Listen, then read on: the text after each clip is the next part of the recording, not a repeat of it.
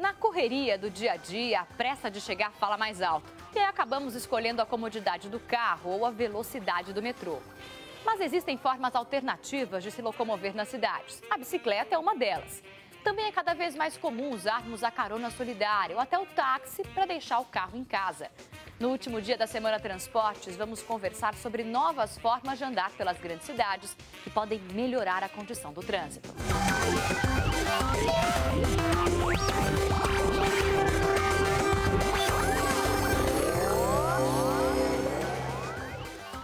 Olá, o N-Blogs começa agora ao vivo para todo o Brasil nesse último dia da Semana Especial Transportes. Hoje falando de transportes alternativos, bicicleta, táxi. E olha, o sonho de muita gente é ter um carro, a gente sabe disso. Só que além do dinheiro para comprar, além da facilidade, também precisa sustentar o veículo. A lista de gastos é grande, tem impostos, combustível, seguro, manutenção. Por isso, tem quem troque o carro próprio pelo táxi. Será que vale a pena? A repórter Denise Odorice foi conferir.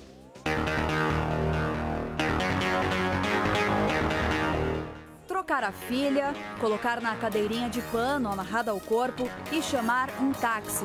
Essa é a rotina quase diária da jornalista Larissa Skeff. Quando saiu de Brasília para morar em São Paulo, ela pensou em comprar um carro, mas logo mudou de ideia. Eu pus no papel, eu fiz a conta e comecei a avaliar que assim, o quanto eu gastaria para manter um carro, valeria mais a pena eu ter andar de táxi, até porque é o único investimento que você faz e que você, quando acaba, você tem menos dinheiro do que começou, do que quanto valia o bem. Então, eu achei que, do ponto de vista econômico, também não era interessante. Para trabalhar, Larissa gasta R$ 25 por dia, numa combinação de táxi e metrô. Dá cerca de R$ 500 por mês. Segundo um estudo do economista Marco Silvestre, sustentar um carro próprio custa bem mais do que isso. Considerando um carro pago à vista, né, para manter esse carro popular, você vai gastar cerca de R$ 800 por mês, na média de um mês e outro, ou seja, no ano você vai gastar praticamente R$ 10.000 para manter esse carro popular com todos os gastos envolvidos. Não só o gasto do combustível, mas colocando todos os gastos na ponta do lápis. O estudo levou em consideração vários fatores: combustível, impostos e estacionamentos, por exemplo. E dependendo dos trajetos percorridos durante o dia, andar de táxi realmente pode ser mais vantajoso. Mesmo assim, tem gente que não abre mão de ter o próprio carro. Não, no meu carro não. No meu carro não abriria. Caso de amor. É, com certeza. Você paga combustível, imposto, estacionamento, perde tempo procurando vaga na rua, é um transtorno. Mais um troco.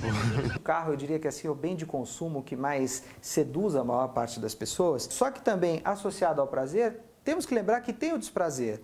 Levar o carro à oficina quando ele quebra, dar as devidas manutenções, aquele arranhão que fizeram no seu carro. Esse é um lado que na hora de comprar nenhum vendedor vai anunciar para você. São esses desprazeres que fazem do economista Francisco Pessoa um adepto do táxi.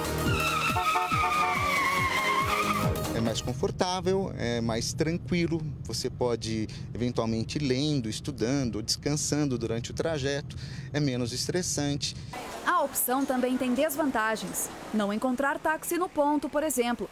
Pegar muito congestionamento ou fazer trajetos muito longos pode encarecer a corrida. A melhor decisão financeira, como por exemplo nesse dilema, se você compra um carro ou anda de táxi, ela vai ser sempre tomada numa comparação do quanto cada alternativa vai te custar e o impacto que cada alternativa vai ter na tua qualidade de vida.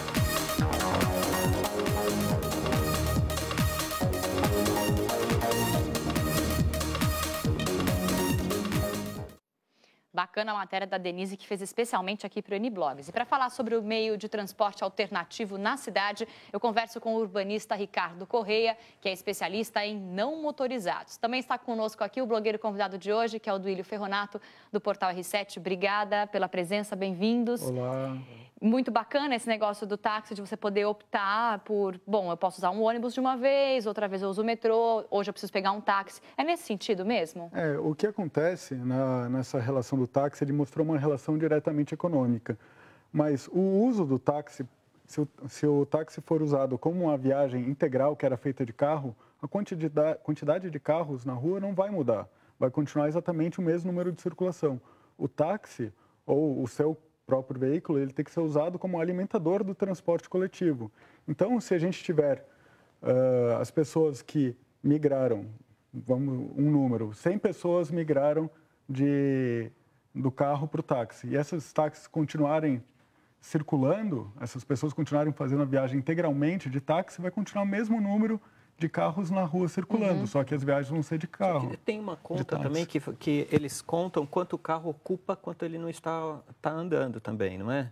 Porque se eu vou com o meu carro daqui até a Paulista, eu estaciono ele e deixo ele lá durante o dia todo. Né? Então está contando esse espaço também, e o táxi não estaria, né? O espaço do carro em circulação é o maior problema, porque normalmente quando... lógico, a gente tem áreas de zona azul, de estacionamento em locais públicos, mas se o carro que você usa está parado num lugar privado e ele não está ocupando um espaço público, mas o espaço público principal é o espaço de circulação.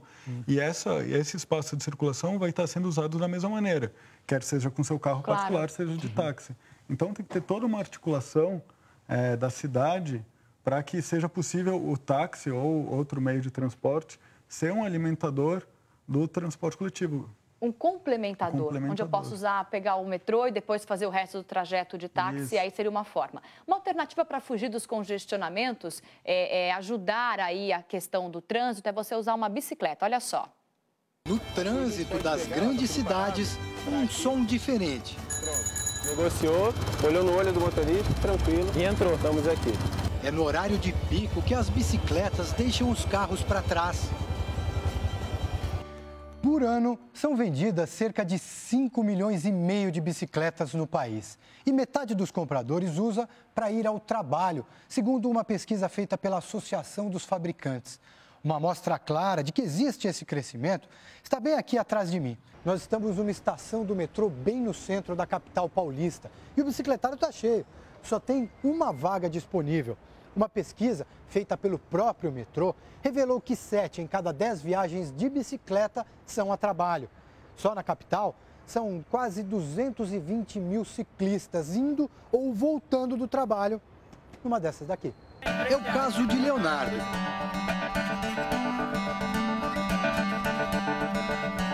Já se vão 4 anos desde que desistiu de ônibus e metrô lotados. O que mais eu quero no final do expediente é pegar logo na bicicleta, porque não deixa de ser um negócio de lazer, né? Ida e volta da Zona Norte ao centro são 32 quilômetros de pedaladas e ele chega pronto para o trabalho. Aqui tem pacote de bolacha, cadeado, importante. Uma mochila para carregar algumas coisas, um desodorante. Chegando no trabalho. Uma calça de sarja, uma camisa polo, só. Quem dá as primeiras pedaladas no trânsito tem a ajuda dos mais experientes, os Bike Anjos. Na internet, tem uma lista enorme de ciclistas solidários. Começaram a aparecer voluntários em cidades no Brasil inteiro. Então, São Carlos, Belo Horizonte, Aracaju, Manaus, Recife, Florianópolis.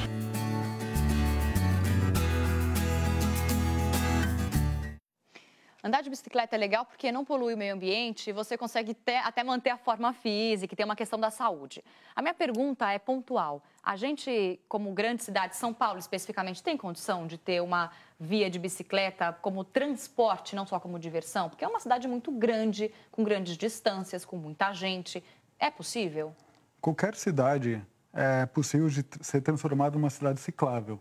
As cidades, principalmente no pós-guerra, foi tido um modelo de desenho urbano voltado para o carro, para a propriedade privada, para o veículo automotor.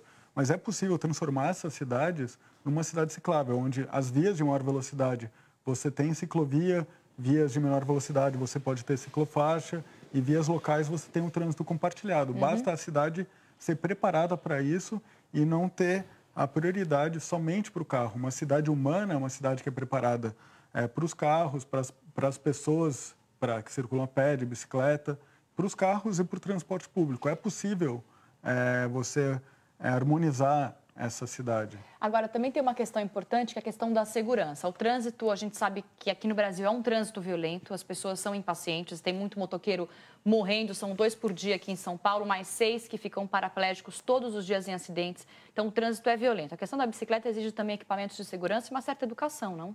Sim. Você usa o equipamento de segurança justamente porque a cidade não é preparada para o ciclista. Você, quando vai num parque, você usa capacete? Não. Então, se a cidade fosse preparada, não teria necessidade do uso dos equipamentos. Eu, quando ando no meio dos carros, eu ando equipado porque a cidade não está preparada para isso. Mas, além da preparação do espaço público, que eu acredito que o desenho do espaço urbano educa, deve existir também um sistema de educação dentro das escolas, uma educação de civilidade, claro, para preparar as pessoas para viver a cidade. Tem uma lei também de trânsito que diz assim, que se você vai ultrapassar um ciclista, você tem que diminuir a velocidade e manter 1,5 metro de distância dele. Sim. Para não colocar em risco a vida dele. Mas essa nunca foi... porque eu acho que a gente não tem o costume... e não tem um planejamento mesmo para a bicicleta. A gente não está acostumado. A gente vê uma bicicleta na rua, na via, e fala, puxa, tem um ciclista na minha frente, o que agora? Tem que ir para cá.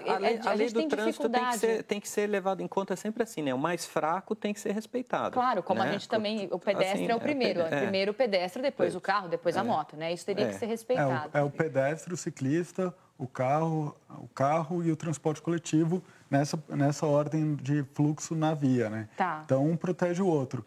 Mas a bicicleta também, uma questão que a gente falou, não é um transporte alternativo. Ela é uma alternativa como transporte. Transporte alternativo, para mim, é o carro. O carro deveria ser tratado como transporte alternativo. Para usar eventualmente. Para usar eventualmente. Então, o problema não é a quantidade de carro, mas o uso que se faz dele. Uma cidade que fosse planejada por um sistema mais eficiente, a gente teria um melhor uso do espaço público. Você pega cidades como Londres, por exemplo, o transporte mais utilizado em Londres, embora tenha muito metrô lá, seja a rede mais densa de metrô do mundo, o transporte mais utilizado é o ônibus. Então, porque o ônibus é um transporte de superfície, que leva porta a porta, muito mais comodidade. Você não precisa ir até o subsolo, acessar uma estação. Então, você tem uma dinâmica urbana. Essa dinâmica urbana é muito importante. É isso aí. E olha, gente, pedalar já se tornou um serviço rápido, eficiente e ecologicamente correto em São Paulo. Para driblar o trânsito, empresas estão contratando os bike boys. Veja só. No lugar do acelerador, pedais. Ao invés de gasolina, força. Muita força.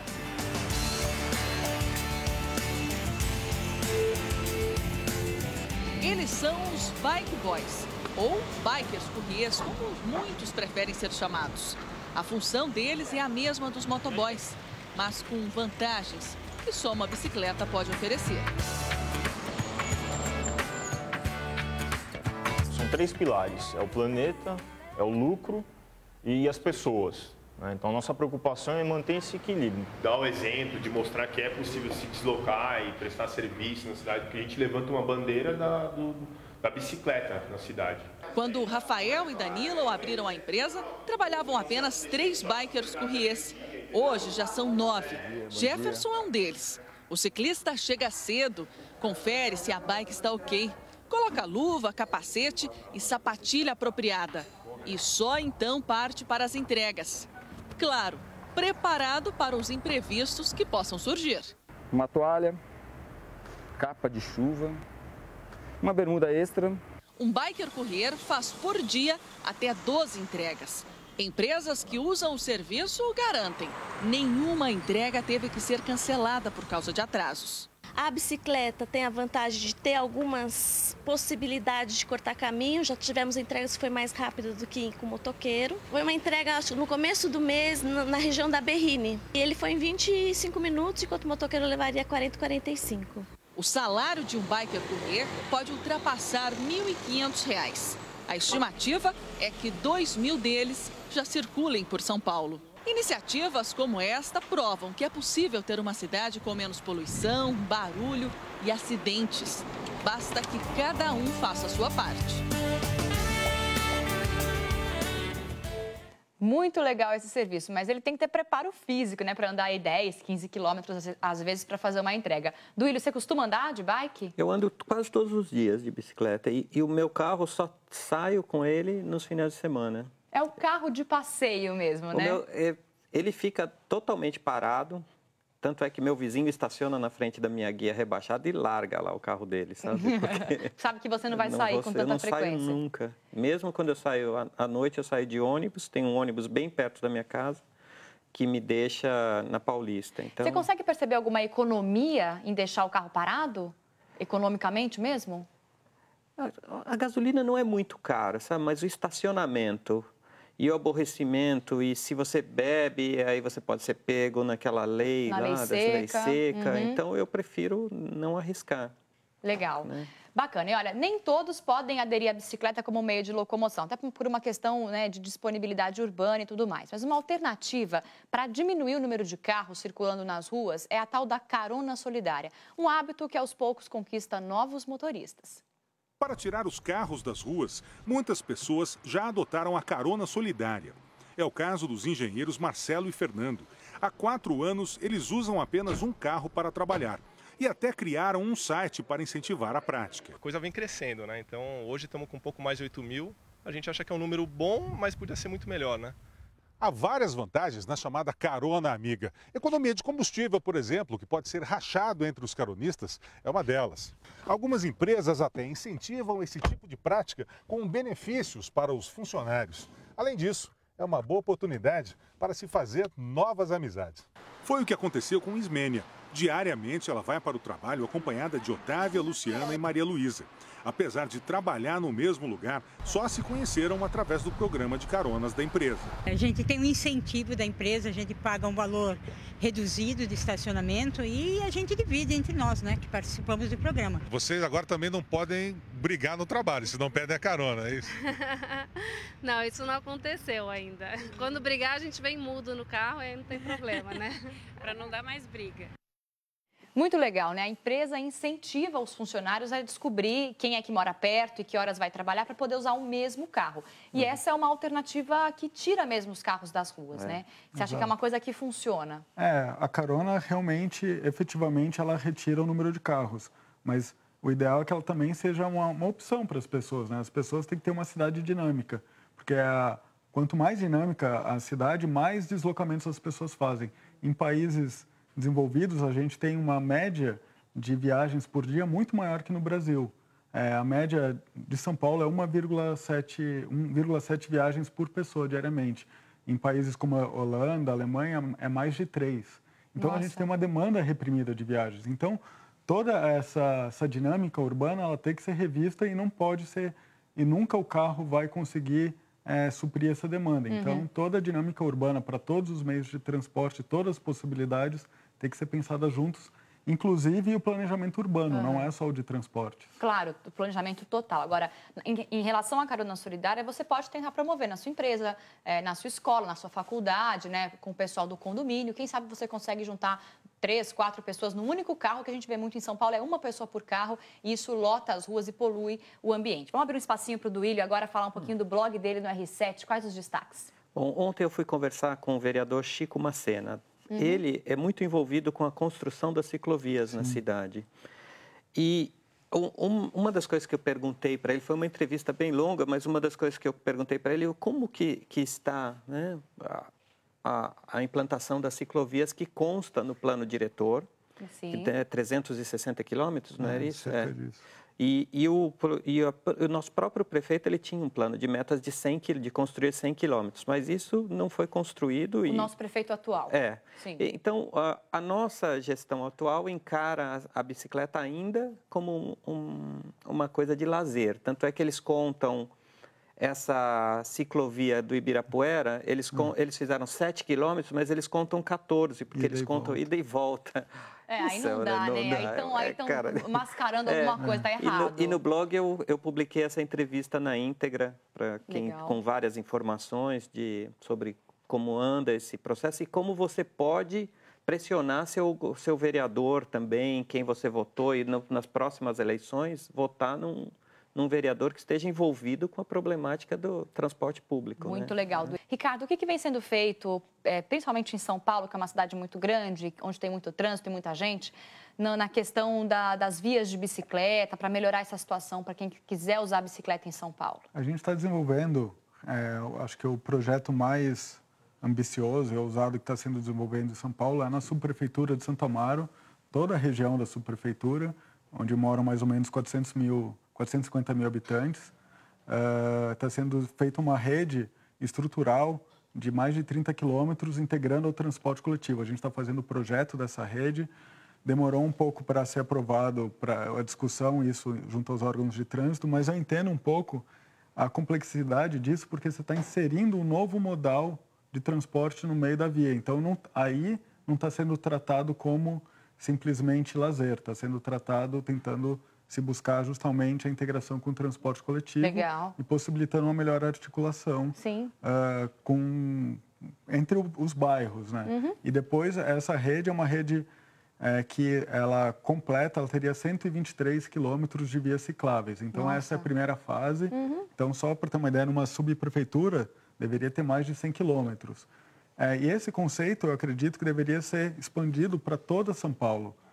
Uma rede estrutural, primeiramente, integrando ao transporte coletivo e aos polos geradores de tráfego, e depois, posteriormente, redes alimentadoras para possibilitar conexões mais seguras, até a cidade se tornar inteiramente ciclável. Uhum. Porto Alegre fez um planejamento cicloviário em 2009, que se tornou lei, inclusive, de uma rede estrutural dessa, com mais de 500 quilômetros, e Salvador está desenvolvendo uma rede semelhante agora, um projeto de uma rede ciclável. Lá no escritório a gente está participando desse projeto de Salvador. E, enfim, acho que todas as cidades elas estão se articulando para desenvolver esses projetos. Bacana. Ricardo, dá o site para quem quiser saber mais e acessar aqui o conteúdo desse livro, gente. Mostra aqui. Qual que é o site, Ricardo? www.tcurbis.com.br. Esse livro foi desenvolvido por o Instituto de Energia e Meio Ambiente. A gente desenvolveu lá na TCUrbis, visando uma competição positiva entre as cidades brasileiras. Ele tem várias informações do mundo inteiro e de o que vem acontecendo em diferentes grandes cidades brasileiras em prol da circulação da bicicleta. Do uso da bicicleta. Bacana, Ricardo. O N-Blog de hoje vai ficando por aqui. Se você quiser, entre no site, pegue mais informações. Agradeço a participação do urbanista Ricardo Corrêa. Obrigada pela participação. Duílio, querido, obrigada por ter vindo mais uma vez no N-Blogs. Na semana que vem, vamos falar de terceira idade, os cuidados com a saúde, as relações afetivas e, claro, qualidade de vida. Mande suas perguntas para o nosso e-mail que aparece aí na tela ou ainda via Twitter no @NBlogsTV. Eu espero você na segunda-feira, 1h30 da tarde. Tenha um ótimo final de semana. Tchau.